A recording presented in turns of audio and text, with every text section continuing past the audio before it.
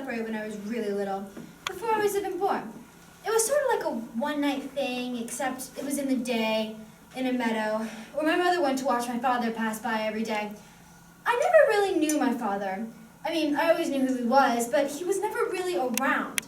I mean, not around. Where better might we find a more precise illustration of the dangers of premature ignition than in this ancient tale of alternating parental indulgence and neglect. I went to an expensive school, and there are a lot of boys there, you know, sons of the rich and famous, and one day we're all on the playground, and this one kid, Ephesus, he comes up to me and he says, "So Phaethon, blah, blah, who's your father? What does he do? Blah, blah, blah." So I tell him, "My father's a son," and he just looks at me and he says, "Tell me another." So I tell him, "My father's a son, he's Phoebus Apollo," and he just basically trampled me, just beat the shit out of me like I was lying. Neither his own opinion of himself, nor regard of it in others, or lack of it in his peers, alleviates his father's primitive role as initiating priest for the young being. Now, it cannot be contested that the absence of this figure is, for the son, an almost irredeemable loss. So I go home and I say, "Mom, this happened, you know, at school," and she gets all sad and crying because she still loves him and it's an insult to her as well. And I say, "Well, if it's true, then how come there's no proof? It's unfair to us, you know, that there's no proof." And she says, "Hear me, my child, by all his glory, I swear you are his truly begotten son. That fiery orb you see crossing the sky each day, whose heat enlivens our worlds and enables our days and nights. Hear me, my child, blah, blah, blah." When he matures beyond the customary Eden of the mother's breast, the child seeks to individuate beyond its enfolding gates and turns to the other symbols of the paternal realm, thus beginning a spiritual passage from one sphere to the next.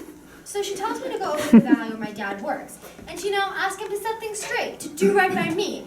So I set out, and it's hot, and it's dusty, and it's a long way across Ethiopia, and I hitch part of the time, but I walk the rest, and I get there, and the hill is steep.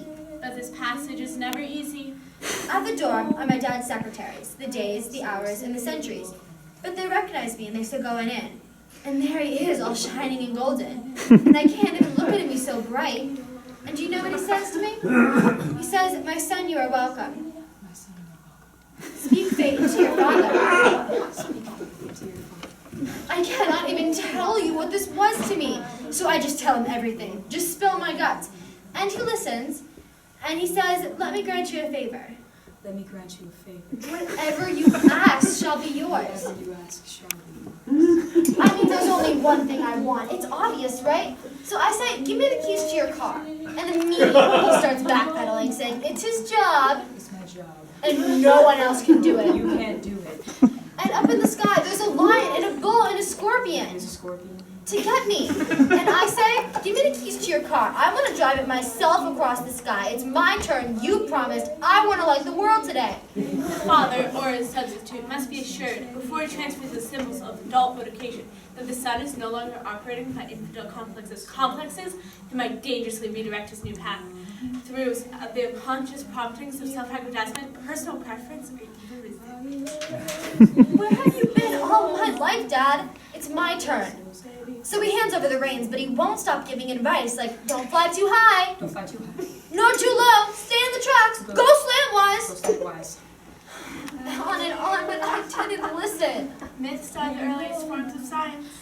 It was over before it began. It was utter chaos, as if no one was driving. My knees were weak, and I was blind from all the light. I set the world on fire, and I fell. And it just destroyed me. I was just completely and utterly destroyed. OVER, over! It has been said that a myth is a public dream. Dreams are private myths.